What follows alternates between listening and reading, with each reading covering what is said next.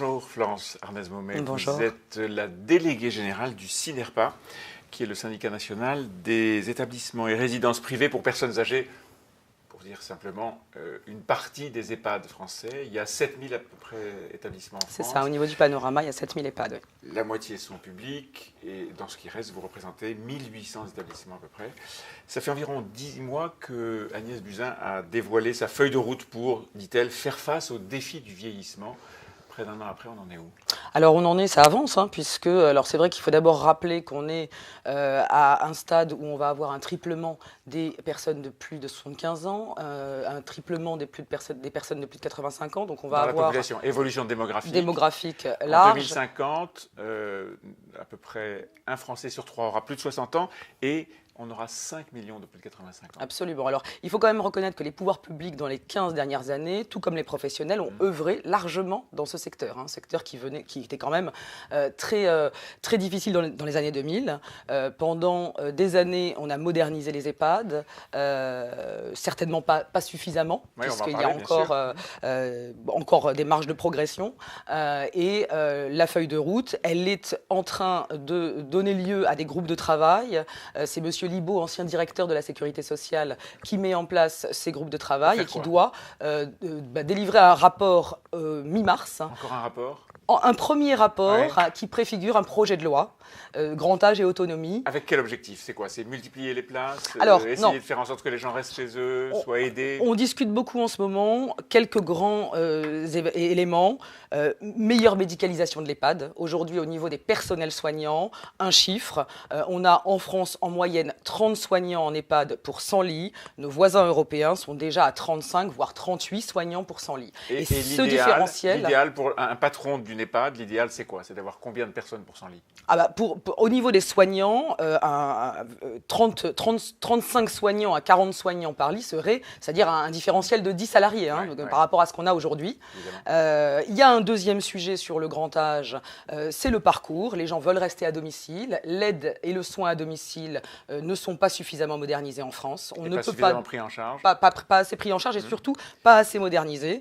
On a vraiment des services qui ne peuvent donner un multiservice à la personne. La personne âgée est obligée de faire appel à plusieurs entreprises ou plusieurs associations pour faire le soin, pour faire l'aide, pour faire le ménage. On est vraiment sur encore un secteur qui doit être modernisé. Là où il y a les meilleures marges de manœuvre, c'est quoi? C'est dans la construction d'EHPAD, dans l'agrandissement des établissements existants, dans le maintien beaucoup plus assumé à domicile? Ah oui, d'abord et avant tout, maintien plus assumé à domicile, puisqu'on est encore dans un rapport, et on est toujours, et on l'espère le rester, dans un rapport 80-20. C'est-à-dire qu'au-delà de 85 ans, 20% seulement des personnes âgées vont avoir à rentrer en EHPAD.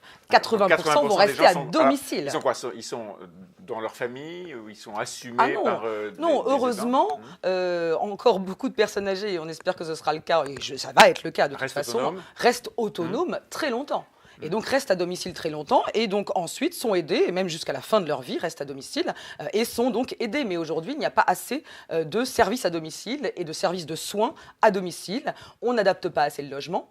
On a 9000 décès par chute domestique, par accident domestique dans le grand âge chaque année. Donc il faut absolument intervenir sur l'adaptation du logement et sur de meilleurs services à domicile. Intervenir comment? C'est quoi? C'est un problème d'assurance maladie? C'est un nouveau risque? C'est justement tout le problème. C'est tout le problème parce que il y a encore un dernier sujet qui est très important, c'est aider les personnes qui doivent entrer en établissement à assumer leur part d'hébergement quand ils n'ont pas les moyens. Et donc là encore, ça va nécessiter quelques milliards. Donc on est sur une réforme. C'est quoi quelques?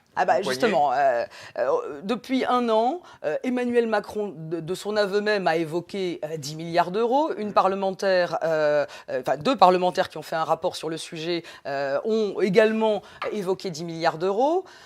Très raisonnablement, déjà avec 5 milliards, on y arriverait. Mais une journée de solidarité, par exemple, qu'on a eue en 2003, c'est 2 milliards d'euros par an. On avait évoqué, quelques-uns au gouvernement ou dans la majorité avaient évoqué la possibilité d'instaurer une nouvelle journée de solidarité. C'est une bonne idée? Aujourd'hui, en tout cas, ça génère 2 milliards d'euros, ça on le sait. Donc c'est une bonne idée? Dans le climat actuel, nous ne le pensons pas. Non, ce n'est pas le moment.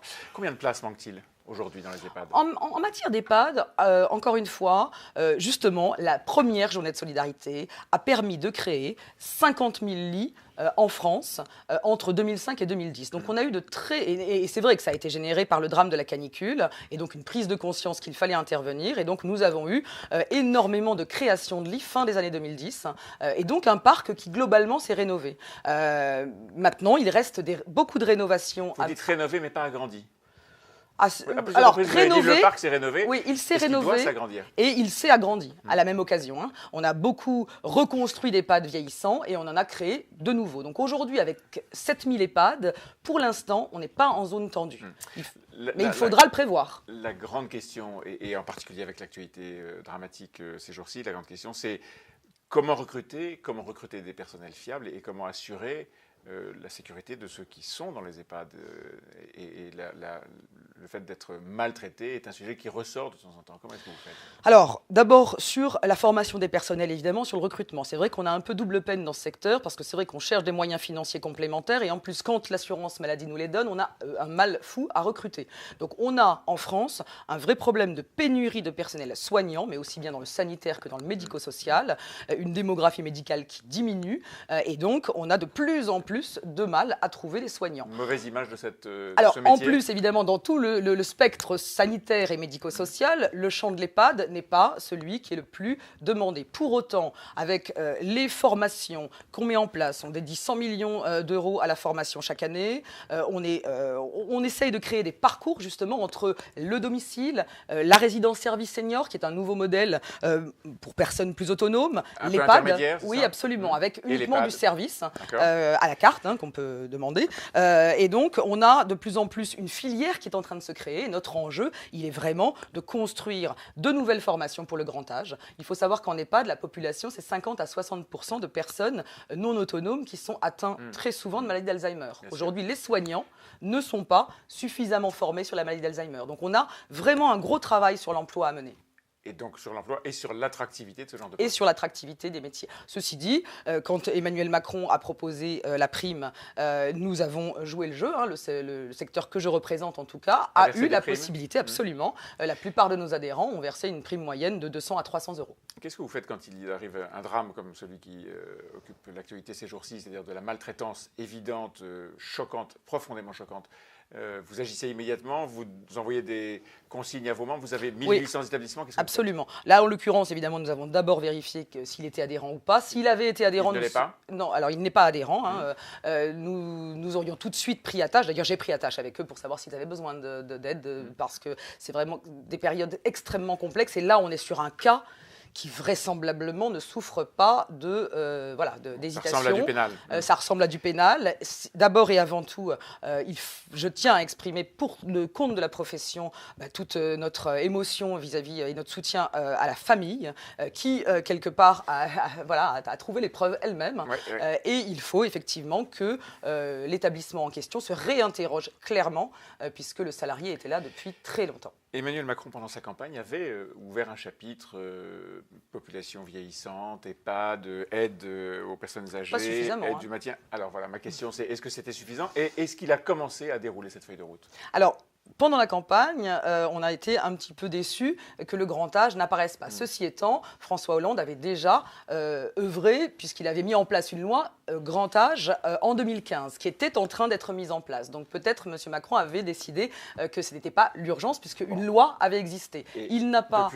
Alors depuis le climat social, les mouvements sociaux qu'il y a eu dans le secteur ont fait qu'ils ont été obligés, et la tourmente médiatique qu'on a pu avoir dans la dernière année fait qu'ils ont été obligés de sortir. D'abord les parlementaires, Madame Buzyn a proposé des rapports, a demandé des rapports parlementaires, et puis Monsieur Macron a décidé évidemment d'intervenir. Et donc là, oui, on est quand même assez confiant, puisque les groupes de travail ont commencé. Une grande plateforme, make.org, a été ouverte. Il y a eu plus de 700 000 retours sur cette plateforme, donc c'est un sujet sociétal profond. Évidemment, tout à fait prioritaire. Un dernier mot, 1800 établissements, à peu près un quart de l'ensemble du parc des EHPAD en France. Vos relations entre le privé que vous représentez et le public sont...